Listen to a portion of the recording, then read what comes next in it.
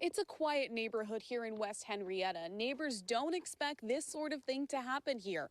But in the past month, neighbors tell us there have been at least 2 incidents where police have been called here for car thefts. Scientists say plastics take years to decompose, and the longer it's in water, the more toxic it gets. And so far you can see it is still staying that way. It seems like the crowd is growing bigger. I estimate over 1,000 people.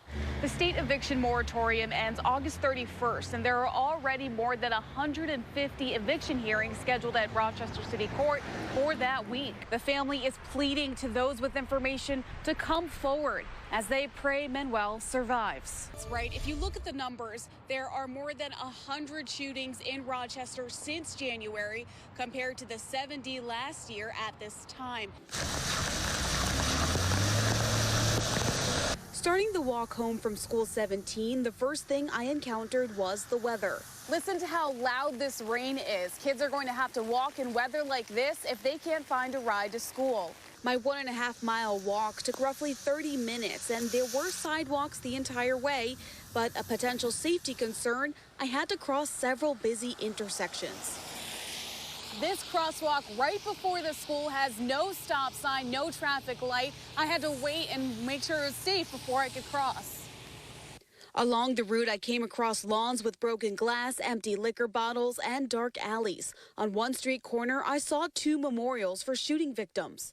Samantha Benjamin has lived in the neighborhood for 3 years. She says she's afraid to walk alone. If I was a parent with my kids going to this school, I would absolutely be nervous. It's dangerous around here. Between the 3 schools, more than 500 students will now either have to find a ride or walk to school. During an emergency school board meeting Wednesday, Commissioner Beatrice LeBron said walking to School 22 on Upper Falls Boulevard is a major safety issue. 22 specifically crosses over into, there's 104 that students, I don't even know how students are going to walk that route because we did not lay out a safe walking route for them. But the principal of School 22 says many students in the district are already walking to school. We have students in various elementary schools that do walk to school, and so this is not something unique.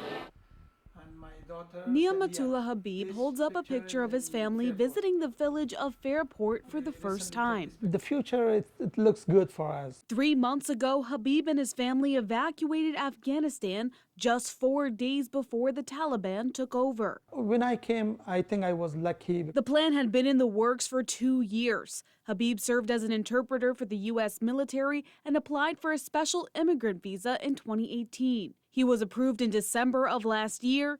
8 months later, his family packed up what they had and left. The expression we have, I just get out in the 19 minutes, like the football says. So if I delay 1 or 2 days, I will be stuck there. We don't know what will happen. Flying from Turkey to Newark, New Jersey, then to JFK Airport, and finally to Rochester. The Catholic Family Center had everything ready for them when they landed. From the moment we came to the airport, they support us, and I told you that they apply for all the paperwork, whatever was there. It was very difficult for me, and they did all for me. Even I don't know when they applied. Everything I got in my mailbox, like my card, whatever.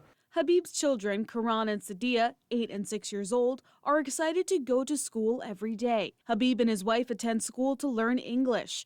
While they build their new life here, Habib worries about his family and friends back home. They are safe, nothing is wrong but the time being, but we can't say what will happen tomorrow there.